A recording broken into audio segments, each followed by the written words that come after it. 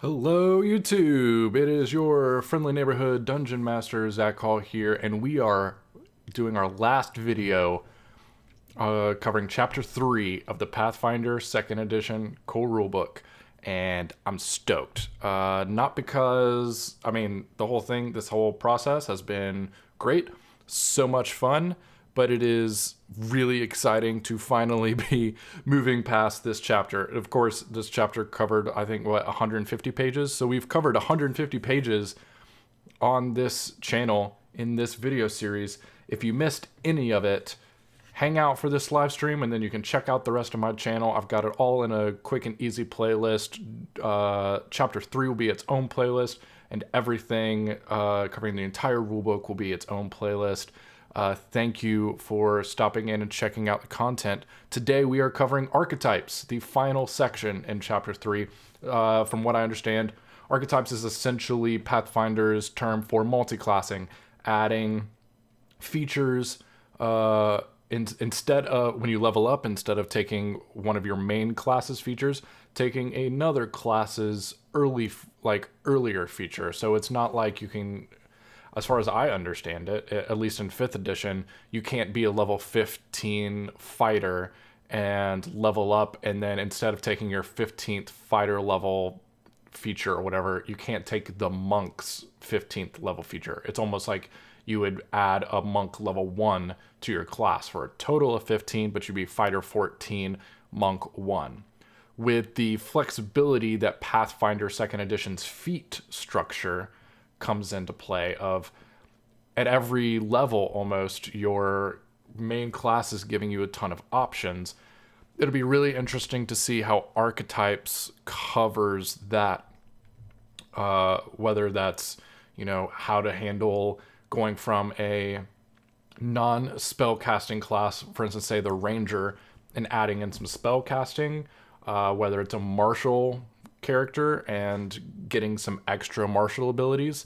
As I talked about in previous videos, one thing I would really like to see is a way in the core rulebook to create a unarmed brawler type. Now, I understand, because it's kind of been a personal project of mine, creating that unarmed fighter in 5th edition.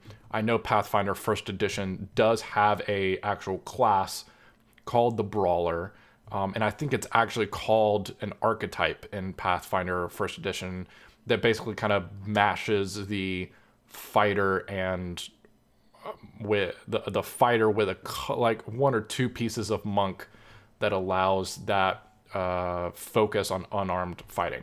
So it'll be really interesting to see what the Archetypes section looks like. Now, this is going to be a ton of text. I'm going to do my best to make this kind of interesting and fun, but there will probably be a little bit more reading, just because this is probably going to be way more technical, and there's going to be a lot of,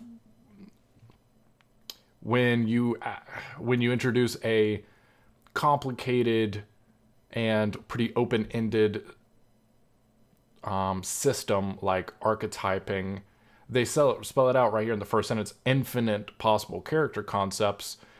Then you're introducing a lot of variability, and there's going to be a lot of loopholes and except fors and stuff like that. So this is not a end-all be-all Archetypes 101. Remember the conceit of the video series. I am a D&D 5th edition only dungeon master reading Pathfinder 2nd edition for the first time. I have zero experience with Pathfinder 1st edition. With prior versions of D&D like 3 and 3.5, I am just, and this is my first time reading it. I have not read ahead in the book, and I've gotten things wrong in prior videos, and my lovely viewers and the community kind of forming around these videos has been super helpful straightening stuff out.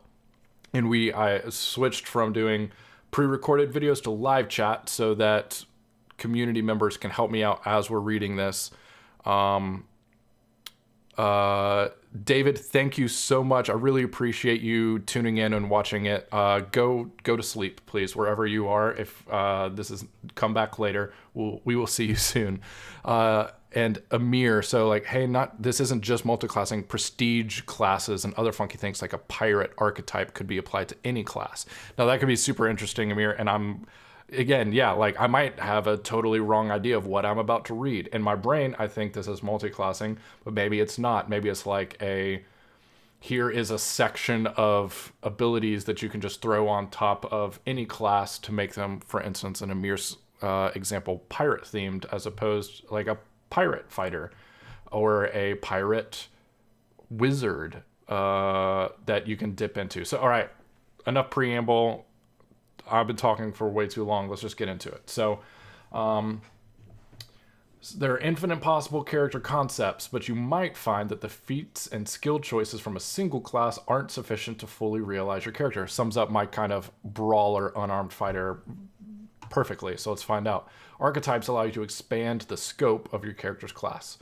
Applying an archetype requires you to select archetype feats instead of class feats. Start by finding the archetype that best fits your character concept and select the archetype's dedication feat using one of your class feat choices. So we're swapping out one of our class feat choices, which we get at certain interval levels, with an archetype. So I'm imagining that there will be...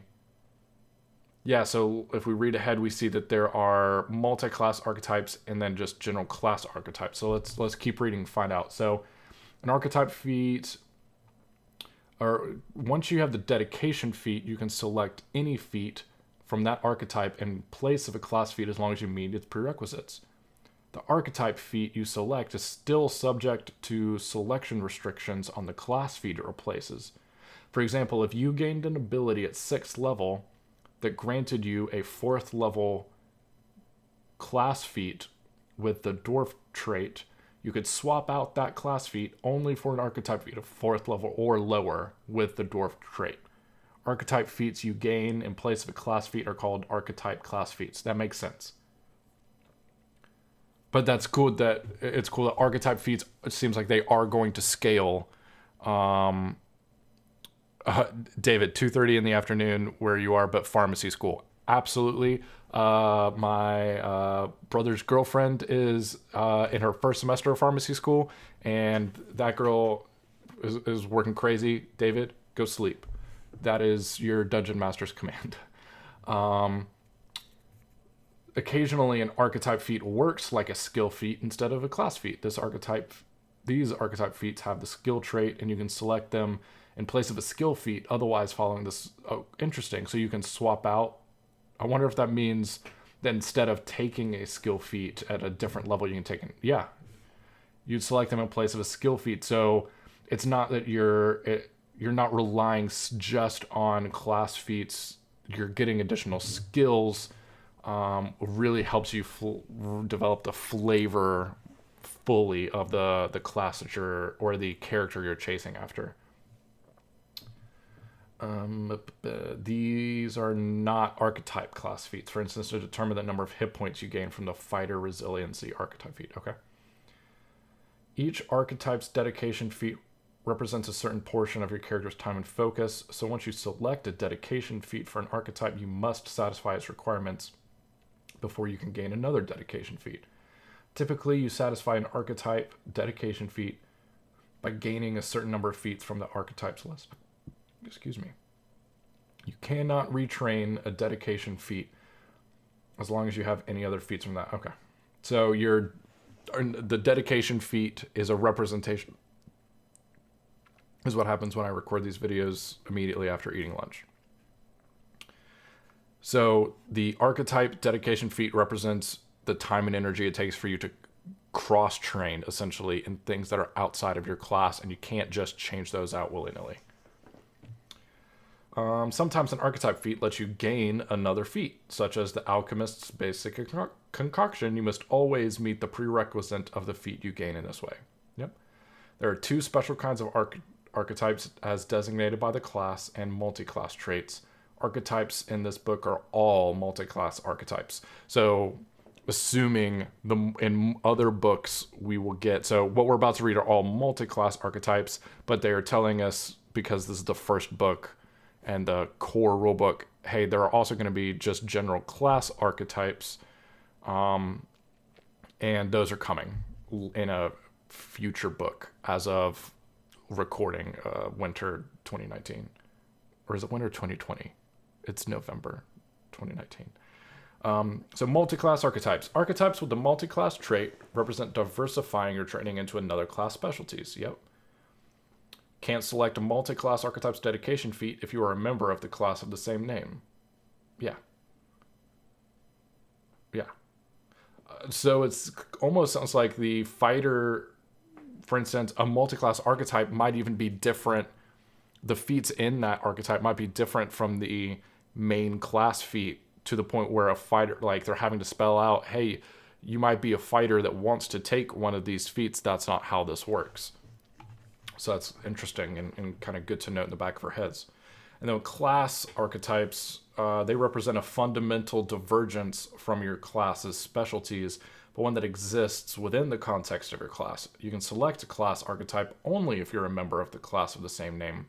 Class archetypes always alter or replace some of a class's static class feature, in addition to any new feats that they offer. It may be possible to take a class archetype at first level if it alters or replaces some of the class's initial class features.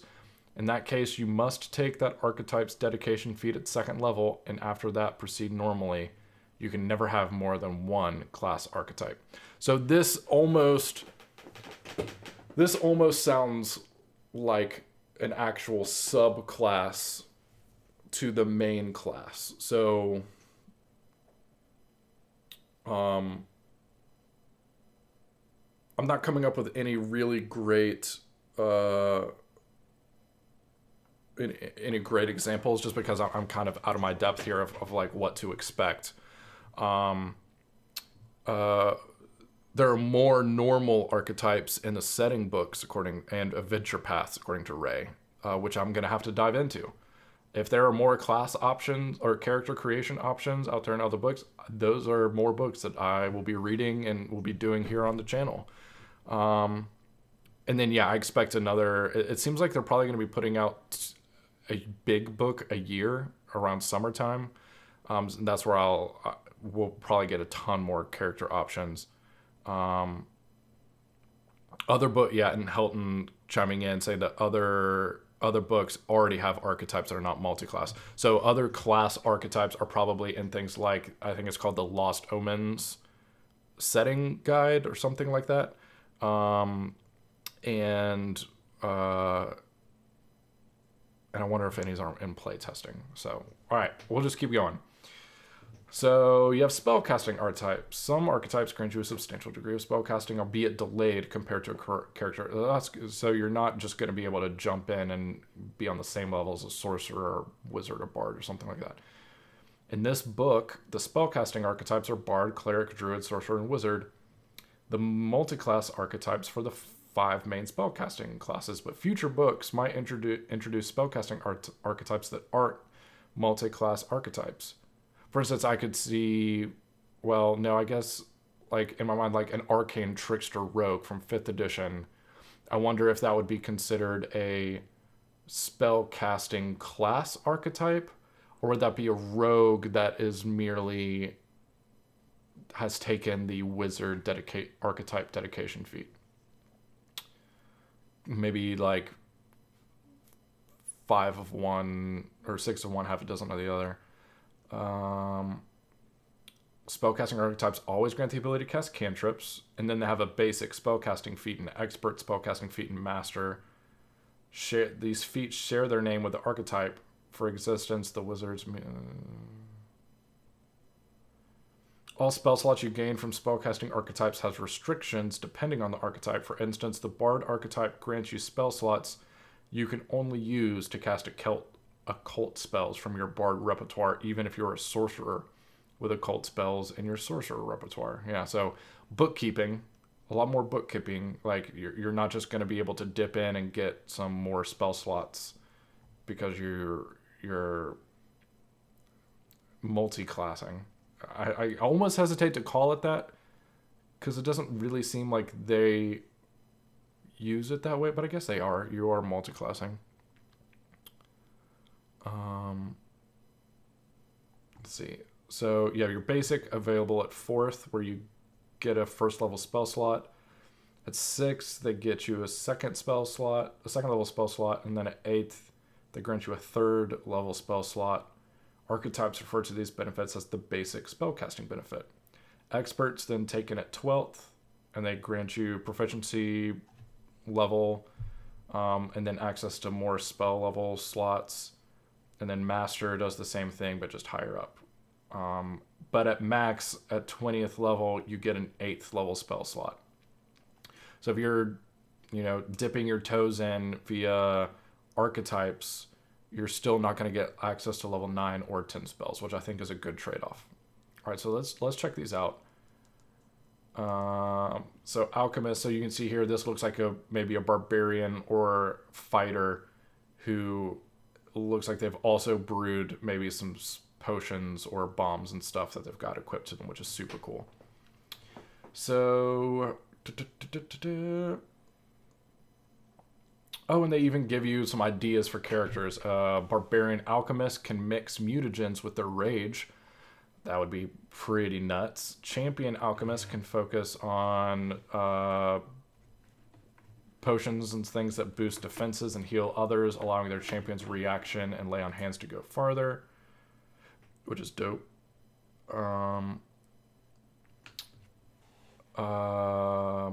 Fighter Alchemists,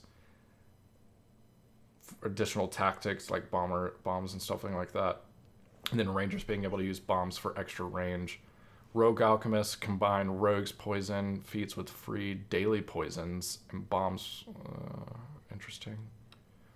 Then Spellcaster Alchemists often use their alchemical items to take pressure off of their repertoire or prepared spells.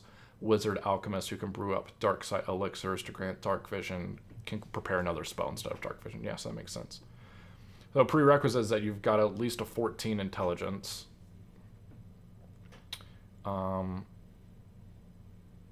You become trained in alchemical bombs and crafting, and you can choose a different spell or different skill if you're already trained in crafting, trained in the Alchemist class DC, and then you gain the Infused Regions class feature, gaining a number of regions each day equal to your level. And then you also gain the Alchemical Crafting feat and 4 additional formulas. And then as you level up, you can choose your main class, or do you want to get, another alchemist feat or the quick alchemy action, advanced concoction, or master alchemy. That's cool. Okay. Barbarian. Barbarian archetype is a great choice for characters that emphasize strength and melee attacks more than their usual class, as long as they can handle Rage's spellcasting restriction. Usually good for characters looking to add more damage. Sure. Wow, both 14 and both strength and constitution, you must have a 14, which is dirt. Athletics trained in the barbarian class, you get the rage action, and then you can choose an instinct as if you were a barbarian, so that's cool. You have that instinct for all purposes and become bound by its anathema, but you don't gain any of the other abilities it grants. So you're trading off the ability to rage and get that extra damage, but you're adding in the anathemas of that instinct without really any of the additional benefits of and it looks like you can't choose another dedication feat. Like if you wanted to multi-class into monk or something from fighter, you can't do that until you gained at least 2 other feats from the barbarian archetype. So that helps solve some problems of only dipping in once to get the main feat, or the main class ability, like rage for barbarians, or creating concoctions and stuff for alchemists. You can't just do that once to get rage, and then 2 levels later get another classes thing. You have to invest in multi-classing if that's really what you want to do. Barbarian Resiliency, Basic Fury, Advanced Fury, where you can gain some additional more feats. Interesting, they call out in Advanced Fury that you have to have Basic Fury, and for the purpose of meeting its prerequisites, your Barbarian level is equal to half your character level. And you can select it more than once. Interesting. Cool. Bard.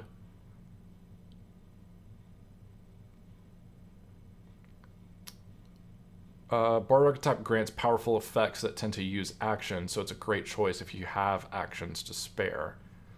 You cast spells like a Bard and gain cast a spell activity. You get a spell repertoire with 2 cantrips.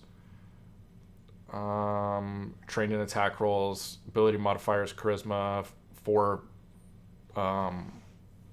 Bard spells. Trained in performance. Choose a muse. You have that muse for all purposes, allowing you to take that muse as feats, but you don't gain any of the other abilities it grants, similar to the Barbarian's Instinct. And you just can dip into a couple of feats.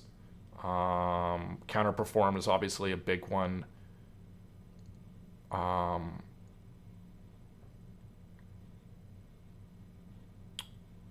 Cool. I'm getting pretty excited because this does make it seem like a fighter can take one dip into the monk dedication class or feat and make the class that I want. So I'm getting kind of excited and not wanting to skip ahead, but I really want to skip ahead.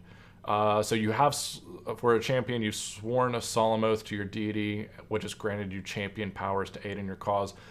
Champion multi-classing, similar for Paladin multi-classing and D&D 5e. Great RP choice, especially if there's been a deity intervening for you specifically or your party. If you have been, potentially been converted or to a specific faith or deity. I love multi-classing Paladin champion. Choose deity and cause. You become trained in light, medium, and heavy armor. Wow, that right there might be a worthy enough dip for certain classes where you might not get that medium or heavy armor training. Train in religion and the associated skill for your deity. You are bound by your deity's anathema and must follow the champion's code and alignment requirements. You don't gain any other abilities from your choice of deity or cause, like the you don't get, in this instance, you don't get spell casting and don't get to dip into your a champion spell list, or you don't get the free spell from your champion deity.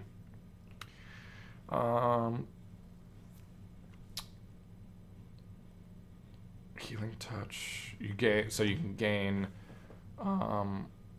lay on hands and stuff like that, and a focus pool.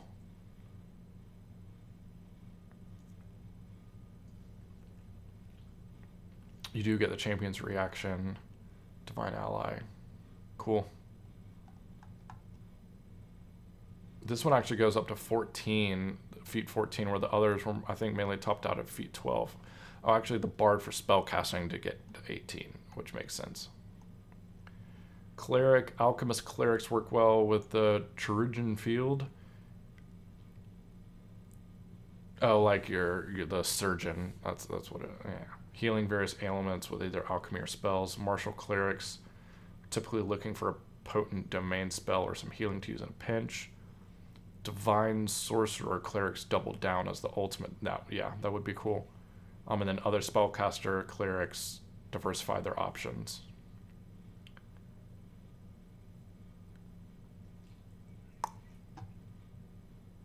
Pretty standard.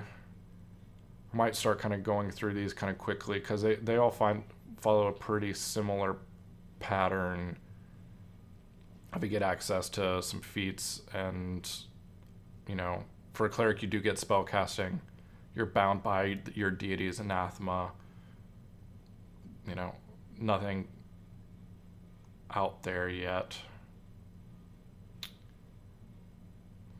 Druid would be a cool multi-class, especially for a martial type, I think.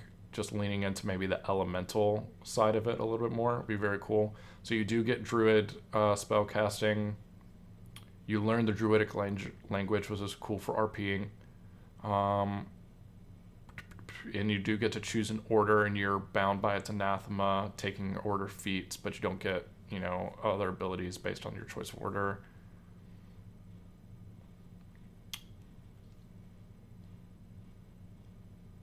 You can get the order spell as a separate feat.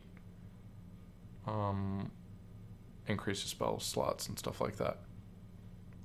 Cool. Fighter. So Barbarian Fighters combine their talents with two-handed weapons with some of the fighters two-handed. Yeah, that Barbarian Fighter is a classic. Champion Fighters focus on a style of combat exemplified by their deity. A shield using champion benefits from the best of both worlds and shield feats. True. Monk Fighters are great at combining unusual weapon styles. For instance, a monk's isn't hindered by a restriction to keep one hand free because they want to punch you with that hand anyway. Ranger Fighters are fun, being able to add tactics to your kind of ranged fighting. Or if you're a melee ranger. Rogue Fighters, yep. Spellcaster Fighters. Almost like your Eldritch Knight style. I would probably, well, I guess Eldritch Knight would almost be flip-flopping it. I would think a fighter taking a spellcasting, but maybe not. So you get trained in simple and martial weapons, acrobatics or athletics, and then fighter class DC. You can get a fighter feat, get resiliency, which we've seen in other ones. You can get the attack of opportunity reaction, which is dope. Yeah, cool. All right, let's see if yeah, we're doing it, chat. We're doing it. Fighter monks can supplement freehand fighting and add mobility to the fighter's toolkit, so you become trained in unarmed attacks and gain the powerful fist class feature. Choice of acrobatics or athletics, and then you can take other feats. Yeah. You can get access to flurry of blows. Boom. There it is. Yay me. We did it. We did. I mean, I knew it was going to be possible. Just wasn't sure based on how the system was set up. Alchemist Rangers just seem like a great pairing. And Rogue Rangers too, of just really opting, oh, but look at this. This is an Alchemist Ranger with some kind of bomb or something attached to an arrow. Okay. Right below the fighter monk is now the Alchemist Ranger, as terms of like a multi-class that I want to play, a character archetype that I really want to play. Can add snares, benefiting from a strong crafting modifier. Intelligence makes them exceptional with monster knowledge feats. And the Ranger archetype's also useful to bombers who want to alternate with in bow attacks. I don't know if that makes sense grammar-wise, but I love it regardless. Super cool. So you gain access to, or you're trained in survival. You can use the hunt prey action. It's interesting that it doesn't give you any weapons training. So you really need to, already be pretty decent or have some kind of training with some kind of bow to take this dedication. Road, is this a bard rogue? Hell yeah. Sneak, steal, and disable traps. So you gain a skill feat and the rogue's surprise attack class feature. Train in light armor. You train in stealth or thievery, plus another skill of your choice. Boom. And then level 4 is when you can get the sneak attack class feature. But it only does D4 damage, D6 at 6. So you're not just getting access to sneak attack, which is one of the problems in 5th edition multi-classing, that you can take, one level of rogue to get access to sneak attack, or maybe it's 2nd level. I don't remember exactly. And basically get the thing that make full access to sneak attack, which seems bonkers. It's great that they they back off the damage so that you don't increase the number of dice as you gain level. So you're not taking the rogue dedication for sneak attack. It's just not enough damage to really make it worth it. You're doing it to get access to the utility that a rogue brings, which I like a lot. Or to get access for skills. Oh, this guy looks cool. Helton. Yeah, the Alchemist Ranger is very much like a Witcher. I would say it's like, maybe it's... I am not a Witcher fanboy. Witcher 3 has been on either my PlayStation or my computer for years.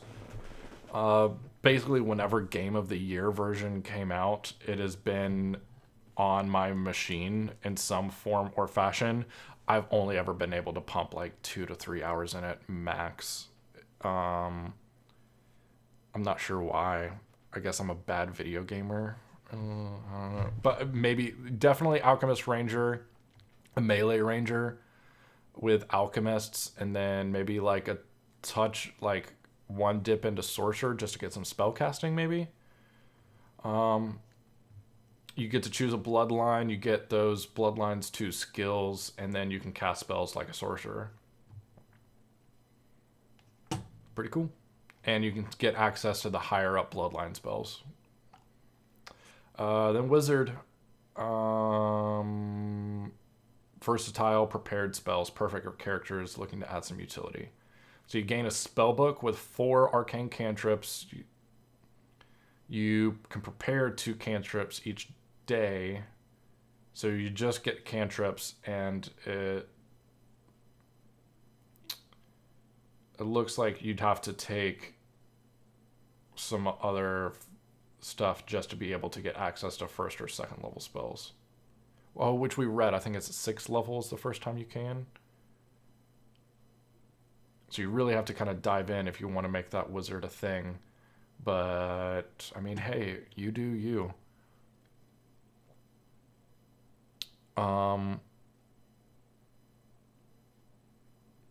Perfect. Hey, who would have thunk the multi-class archetype video ended up being shorter than the animal companions and familiars video? That would not have been me.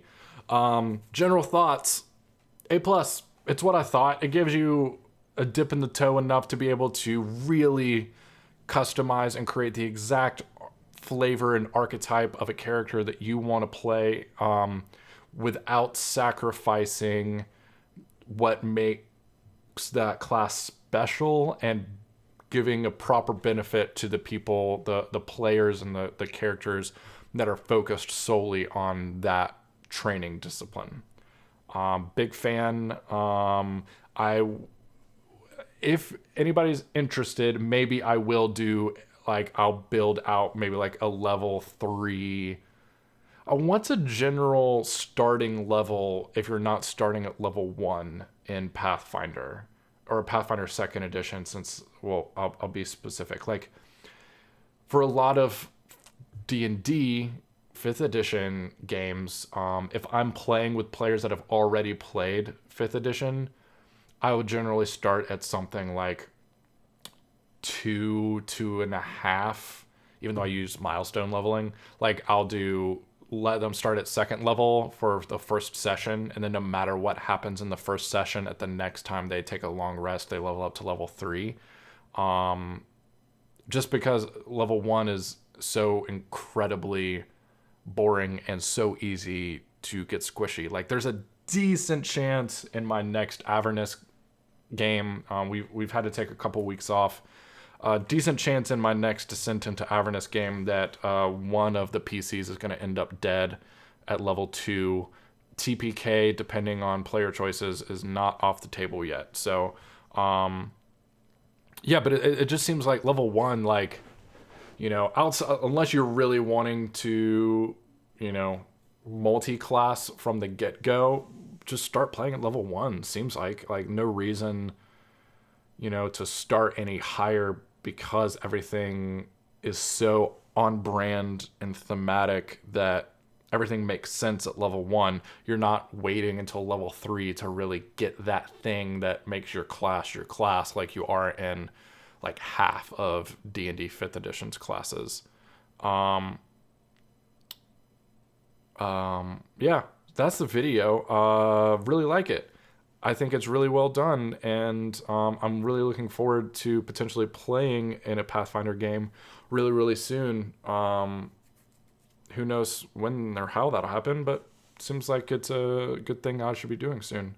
And I feel like I'm getting a good handle on at least what characters are going to look like. We'll see what that actually looks like when it comes down to play a lot in our next video, where we'll be starting chapter 4, skills. Kind of want to see how long chapter 4 is only 20 pages or so. So I will probably we will probably just do I'll set aside a longer time, and we'll do like an hour plus stream just covering chapter 4. So thank you so much for watching, for sticking through this video series.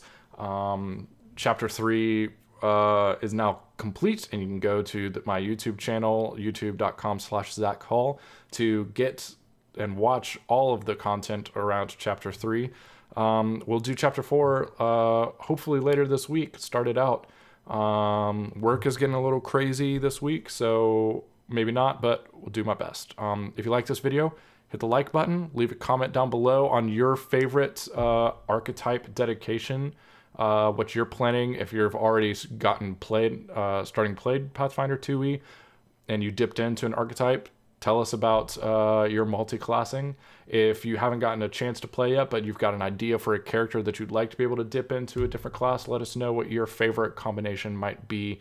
As I've said, I think my favorite's going to be Fighter dipping into Monk, and then the Alchemist dipping into Ranger seems really, really cool. So thank you so much for watching. If you're interested in chapter 4 skills video or anything coming up later from the Pathfinder 2e core rulebook, make sure you hit the subscribe button so you can get those latest videos. Anywho, thank you so much. Hope you all have a fantastic day, fantastic week. Thanks for watching. We'll see you next time. Toodles.